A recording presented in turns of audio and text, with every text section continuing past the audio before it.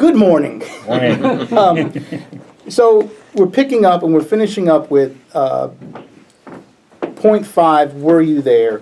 And we talked last week about the hymn, and I think it's a spiritual, it talks about, or within the actual hymn itself, were you there? Were you there when were you there when they crucified my Lord? And it's a very powerful hymn, and it's a very powerful concept to think about what it meant to be there, to witness this, and what it means for us. Because in ways, even though we were not there, we are there metaphorically, right? I mean, we're part of this movement. We're a part of this new community of faith that is born once the Spirit comes down, right? Now, the church isn't really set up yet, but his followers are still there. Even if they're hiding, they're there. All right, so last week we finished 1, the cross convicts us of our sinfulness. And remember how Guthrie kind of looked at all of these players at Golgotha, right? So we looked at, we talked about Judas, we talked about the disciples, we talked about the religious leaders, the establishment, we talked about Peter, we talked about Pontius Pilate, we talked about the soldiers, and we talked about the cross itself. And so it's not just these individuals who were there, but we're identified with them. We're identified with these individuals. So we look at the second point, and the cross enables us to live as forgiven sinners. Is it fair for one person to suffer for what another has done? No, of course, it's not fair. In one sense, it is not even possible. If I had committed a crime, no court would allow an innocent person to go to jail or to be put to death in my place. Even if another did receive the punishment I deserve, I would still be guilty for the crime I have committed. Guilt is not transferable. My guilt cannot be removed or made up for by anyone else, right? So on human terms, we think of this.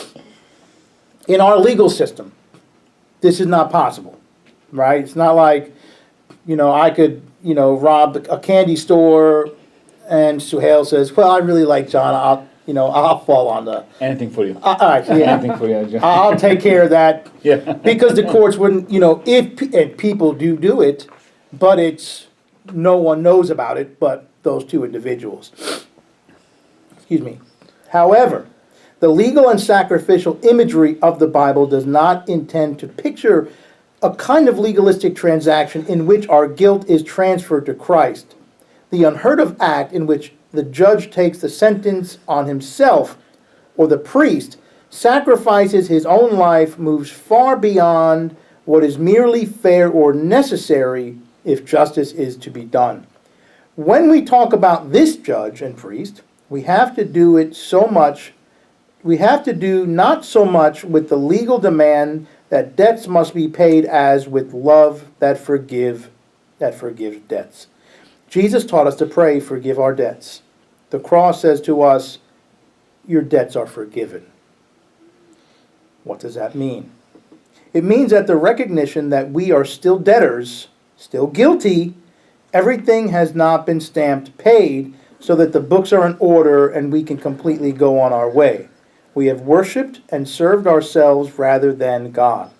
In all kinds of ways we have hurt other people, or by our silence and inactivity let them be hurt. We have contradicted our own humanity. Christ does not take away our guilt so that all the damage we have done to others and to ourselves is magically undone.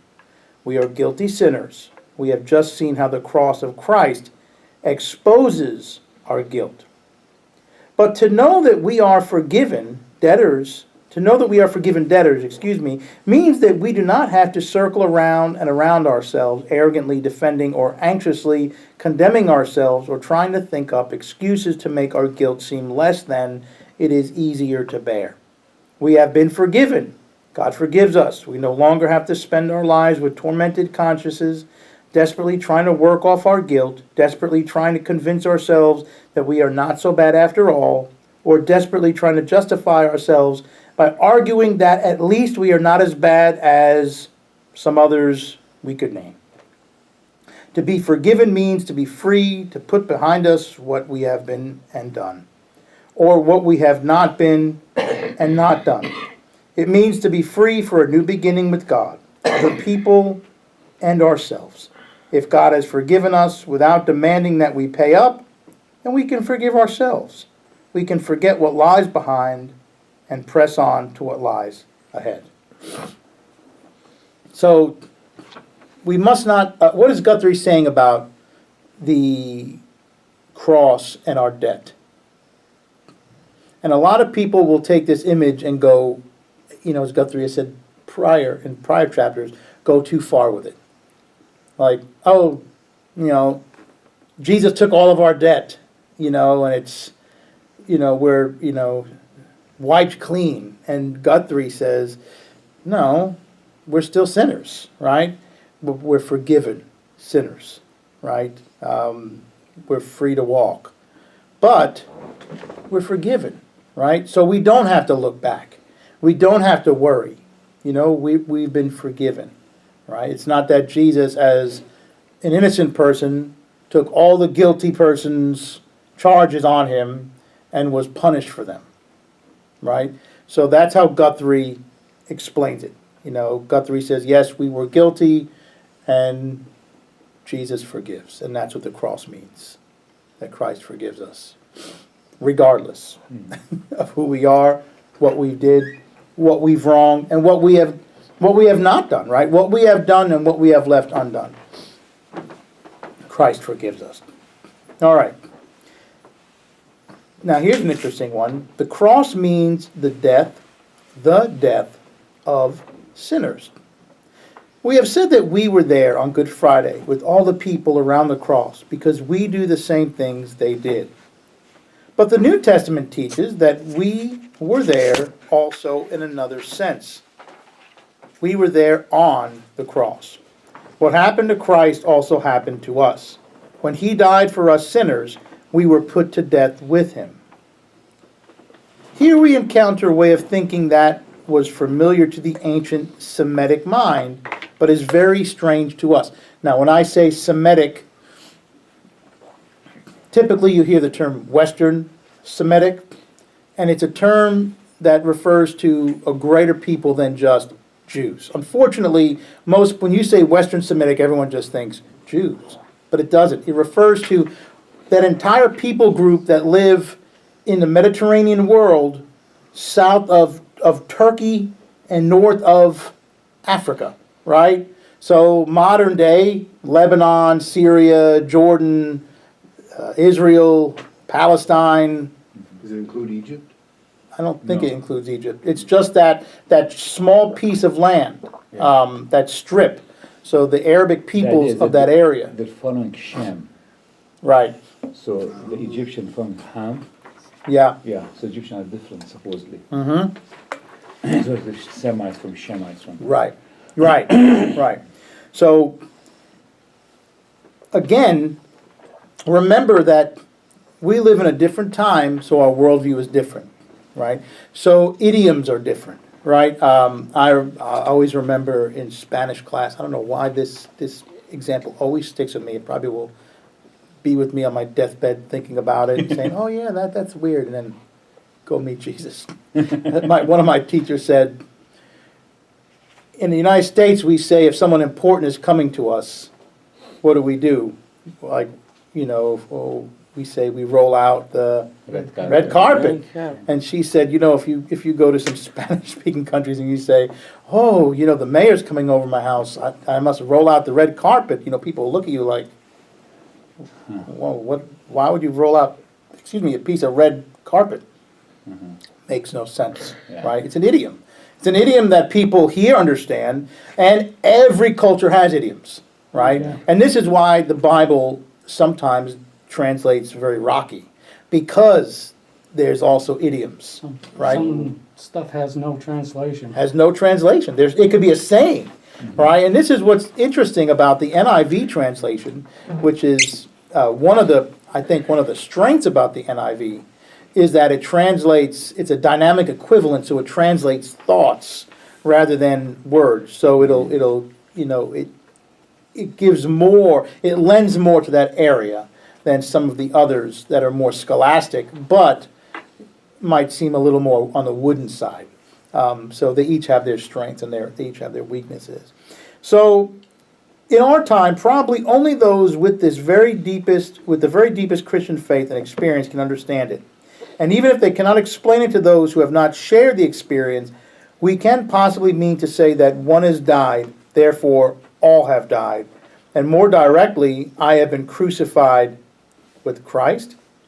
The ancient Jews believed that one person could represent or stand for other people so completely that what happened to that person actually happened to them too. It did not happen to him instead of to them. Rather, his experience was their experience. Perhaps we can get a vague idea of this complete identity from some of our own experiences. A mother can love a child so much that when a child is hurt, the mother hurts too. A wife can love her husband so much that when he dies, she can say, something died, something in me died with him. Right? I often think of, when I read this, the first person I think of is Debbie Reynolds, when Carrie Fisher died. Right. Her doctor, said, she died of a broken heart. Carrie died, Yeah. and then Debbie died, within 24 hours? Something like that. I mean, it was odd. And so, because of its time, You hear that a lot with older people. Yeah. One goes and Yeah. next thing you know. Die of the a other broken one's heart, gone. yeah. So it makes sense, right? We can even think of examples of this, right? Just by talking around the table. Some people can be so totally committed to a political or social cause that its victory or defeat is a matter of life or death to them personally. More superficially, what's that? It said stay away from them. Yeah. Yeah, on either side of the Exactly, spectrum. Yeah, exactly. On either side of the spectrum, because they can be a little scary. Exactly. More superficially, some people can be involved with football players who represent them on the field, that a defeat or victory of the team is a bitter loss or a triumphant gain for them also. That's me. That's me. Something like this, losing and finding our own existence in someone or something outside of ourselves, is meant by the biblical concept of representation. Even if these examples dimly echo the kind of identity Paul says Christians have with Jesus, there is still the big difference that Jesus lived a long time ago. How could we say what happened to him back then happened to us, also happened to us? Following is an attempt to answer this difficult question. To believe in Jesus is to believe that when I hear about him, at the same time I learn who I am. He is the one who lived a truly human life and reveals to me what my own true humanity is. Yet the contrast between us exposes the fact that I have not, cannot, fulfilled that humanity. I have denied it by not loving God with my whole life, my whole being, and my neighbor as myself. But then I hear that Jesus was the friend of sinners, people like me who are alienated from God, from other people, and therefore also from themselves. He stood with us and for us so completely that he suffered the death that is the consequence of our sin. From him I learned that in order to achieve true humanity in community with God and my fellow human beings, my self-destructive inhumanity must be put out of the way. I do not learn this only intellectually. I learn it in my own experience. This Jesus who lived so long ago is so much a part of me and the way I understand myself. And I am so closely connected with him that when I hear about his dying, I die too. My old self is crucified with him. I experience the new and genuine humanity that he represents and that I receive in his company. So, when we think about the crucifixion, we should, as Christians, as followers of Christ, we should feel it powerfully. If we feel that, and his examples were great, because I think his examples hit home, right? In the fall, I feel that way every time my alma mater loses. I am connected with them. They are not my team. I mean, they are my team, but I don't play on that team, right? But because that's the university I went to, where my money was spent, where I sat behind desks and sweat and was nervous and took exams and walked across the stage and they gave me a piece of paper that signifies that I did it. That place to me will always be special. I'm connected to it forever, me as a person, right? So I do feel a sense of connection to those players. Why? Because they sit behind those desks. They walk those hallways. It's this connection, right? And lots of people feel this with sports teams, especially with collegiate sports teams. And lots of people feel it with professional sports teams. Although I could explain it a little bit better with college, right? Because there is that connection. So when you think about being a Christian and saying, I'm a Christian, I follow the teachings of Jesus of Nazareth. He is, to me, the clearest representation of God because he is God. Okay? So by doing that and by living a life that's dedicated to God, what are we doing? We're doing the same exact thing. We connect ourselves with him, right? It's the same reason why when we watch movies like Ben-Hur and they're nailing Jesus of Nazareth to the cross, it makes you sad. You don't feel it, but you do feel it. It's the reason why Good Friday services impact people. It's why people walk out somber and not walking out laughing, hey, where are we going to go eat after service? Because that's what Good Friday is. It should be a somber experience. Because what we are celebrating is something that was done for us.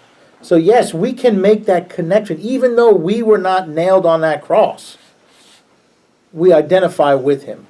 And so we feel the pain of it because we love him. And so we do feel that pain. Not nearly in the sense that he did, but we should feel it because we should identify with him. How much greater is identifying with Jesus than identifying with a sports team or political party or any of the other examples? I like the example of the mother and a child, right? Or the loss of a spouse or a loved one, a brother, a sister. It should hit like a cannonball. I mean, it's something that you say, oh, that one stings. And it should sting. It should sting when we think about the crucifixion, right? All right, so far we've had the cross convicts us of our sinfulness. The cross enables us to live as forgiven sinners. And the cross means the death of sinners. And the final piece is the cross changes our relationship with other people. And this is the last piece of this section. Our emphasis until now has been on how the death of Jesus affects our relationship with God. But our discussion would not be complete if we did not emphasize finally how it affects our relationship with other people. If this is the last thing we say about the significance of the atonement, it is also the test of whether everything else we have said is only pious talk.